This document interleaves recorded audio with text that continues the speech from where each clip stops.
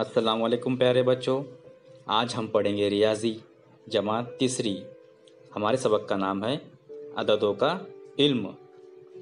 यहाँ पे एक हिदायत दी हुई है, पहले मैं उसे पढ़ूंगा फिर आपको समझाऊंगा।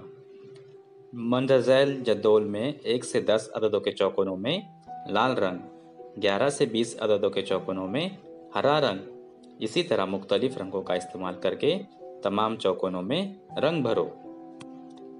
अब देखिए यहाँ पर 1 से 100 तक अदद बेतरतीब दिया हुआ है, जिसे आपको तलाश करना है कि कौन सा अदद कहाँ पर है और बताई हुई हिदायत के मुताबिक आपको रंग भरना है। जो सबसे पहले है 1 से 10 अदद तलाश करना है और उन चौकोनों में हमें लाल रंग भरना है।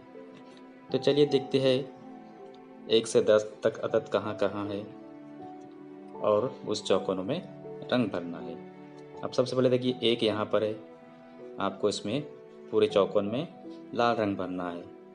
2 यहाँ पे है, 3 यहाँ पे, 4, 5, 6, 7, 8, 9, ये 10, ये इन चौकोनों में आपको लाल रंग भरना है। अब अगली जो हिदायत है